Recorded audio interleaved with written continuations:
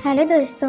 आज की कहानी है तेरे नाम इस जिसका ये पार्ट 66 है।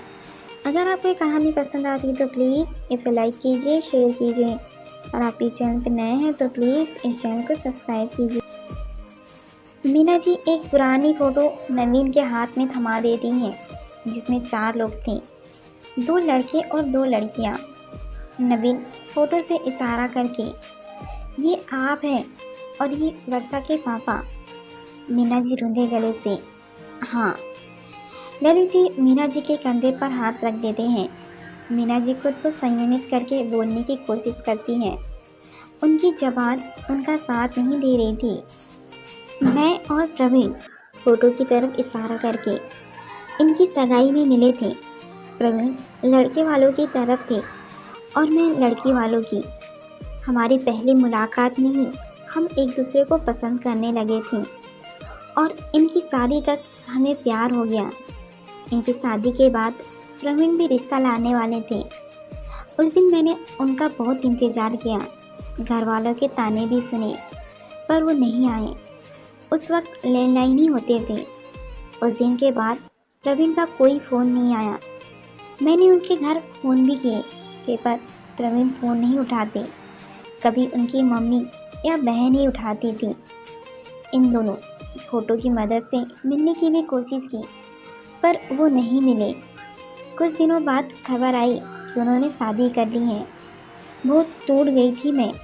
तब घर वालों ने तुम्हारे पापा से मेरी शादी करवा दी। इन्हें पहले ही मैंने सब बता दिया था और इन्होंने मुझे बहुत अच्छे से समझा। इनके साथ से मैं पिछले गम भूल गई थी। उसके बाद ना कभी प्रवीण से और ना ही इन दोनों से मिली। मीना जी आंखों में आए आंसू छुपाकर, अब ऐसे व्यक्ति के घर में रिश्ता कैसे कर दूं? मुझे नहीं पता था मेरा पास्ट इस तरह मेरे सामने खड़ा होगा। नवीन ने ये सब सुनकर शौक हुआ।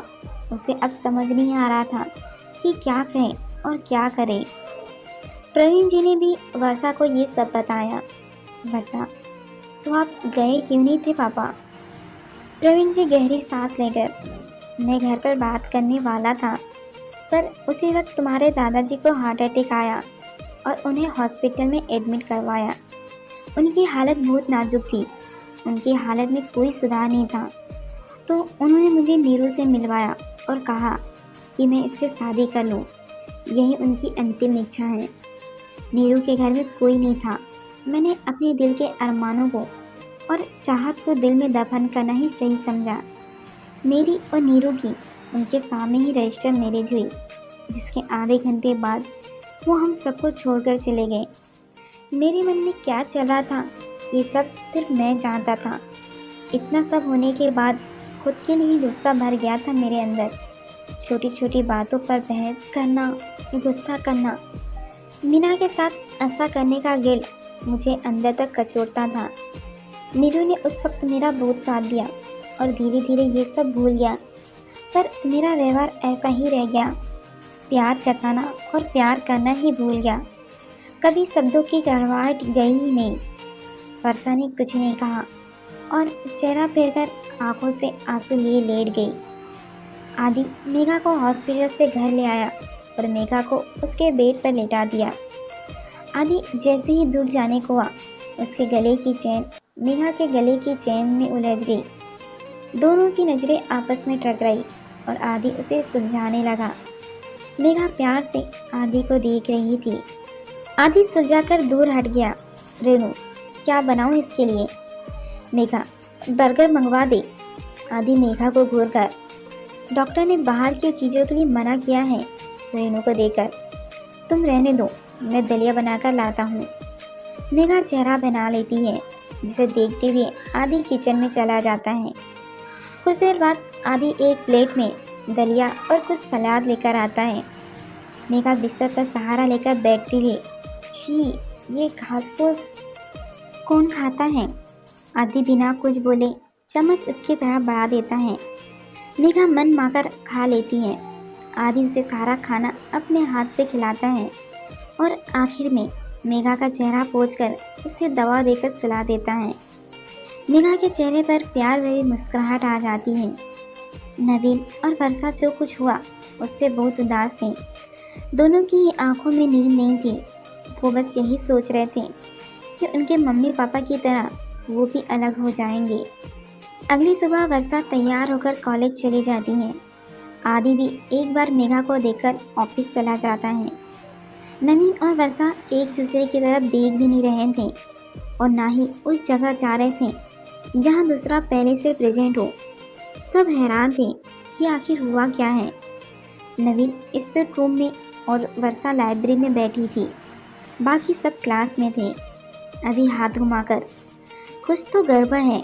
इतने सालों में ये दोनों कभी इस तरह एक दूसरे से नाराज नहीं हुए कि एक दूसरे की तरफ देखे भी ना। वीर, पर हुआ क्या है?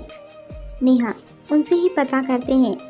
नैना, वीर, तुम नवीन को स्पोर्ट रूम से लेकर कैंटीन आओ और नेहा, तुम वर्षा को लेकर आओ।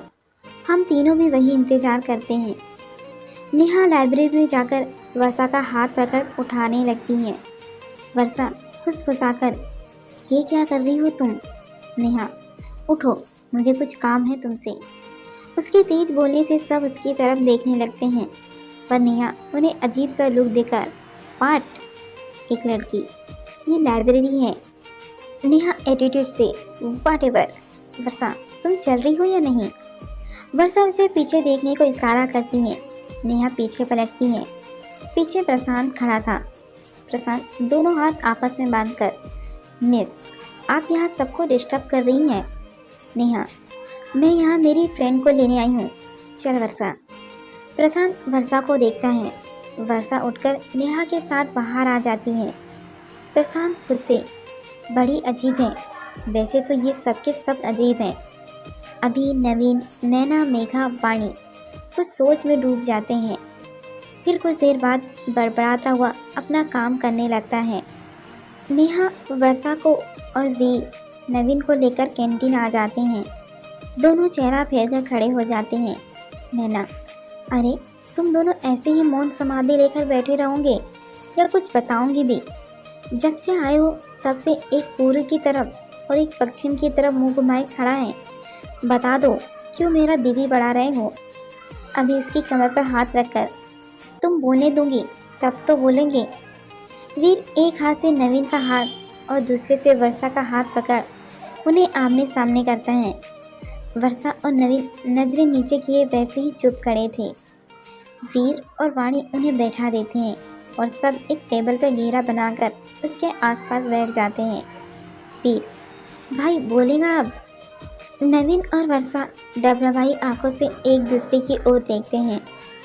नवीन वो तस्वीर जो उसकी मम्मी ने उसे दिखाई थी निकाल कर टेबल पर रखता है। उस तस्वीर को देख वर्षा और वाणी शॉक हो जाते हैं। वाणी, ये तस्वीर? नवीन उसकी बात काटकर, ये मेरी मॉम है और ये वर्षा के पापा अभी, और ये दोनों जो बीच में हैं वो? वाणी, ये? नवीन अजीब एक्सप्रेशन के साथ, ये वो जिसकी वजह से हमारी लव स्टोरी में मुसीबत आ गई है। वीर फोटो हाथ में लेकर, मुझे ऐसा क्यों लग रहा है कि इन्हें मैंने कहीं तो देखा है? वाणी, क्योंकि? नवीन, याद कर और बता, मेरी ज़िंदगी के विलन बन गए हैं ये। मेरा बस चले तो।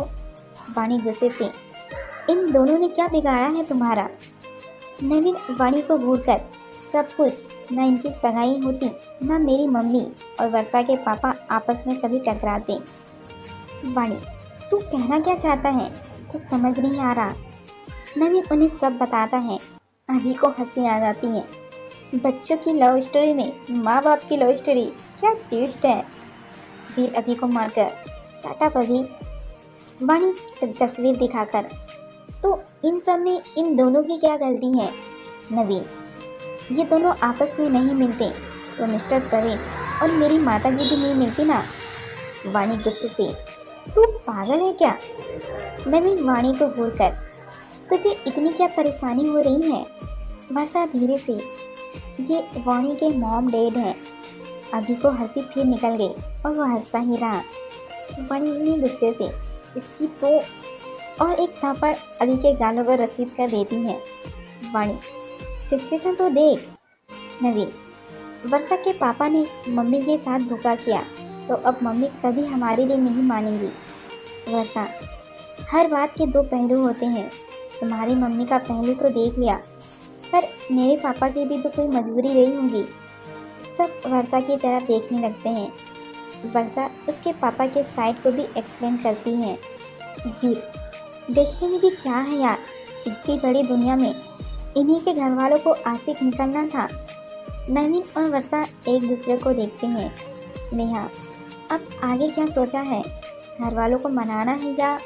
नवीन, मम्मी को देखकर नहीं लगता वो मानेंगी, और वर्षा के बिना मैं रह नहीं सकता।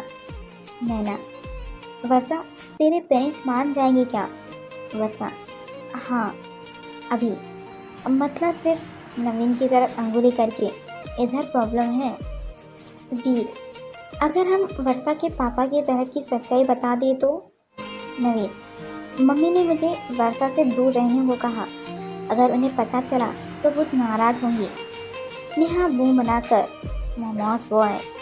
नैना, एक काम करते हैं, तुम दोनों की पढ़ा कर शादी कर देते हैं, कितना मजा आएगा।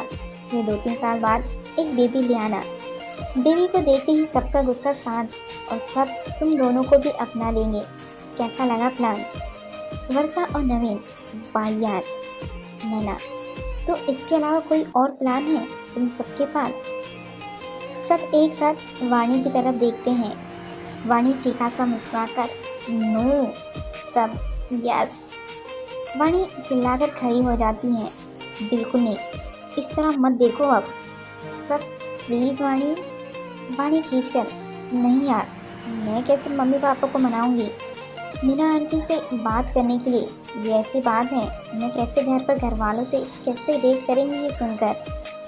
वीर वाणी के गले में हाथ डालकर, एक बार बात करना, आई होप वो मान जाएंगे।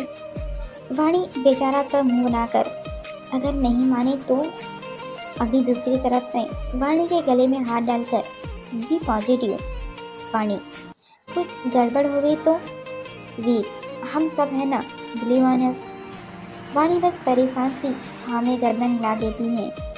नवीन और वर्षा बस आंखों से ही बात कर रहे थे। सब मेघा और आदि को अलग अलग सब कुछ बताते हैं। मेघा भी टेंशन में आ जाती है। आदि ये सब सुनते ही शाम की ट्रेन से वापस निकल जाता है।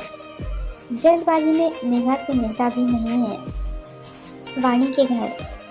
वाणी अपने मम्मी पापा के आगे पीछे घूम रही थी, बस कुछ बोल नहीं पा रही थी, ना ही कुछ पूछ पा रही थी। सपना जी, तुझे कुछ चाहिए क्या? वाणी हड़बड़ाकर, नहीं वो मैं कुछ भी तो नहीं। अगले दिन सब वाणी की तरफ देखते हैं तो वाणी गर्दन ना में हिलाकर नीचे देखने लगती है।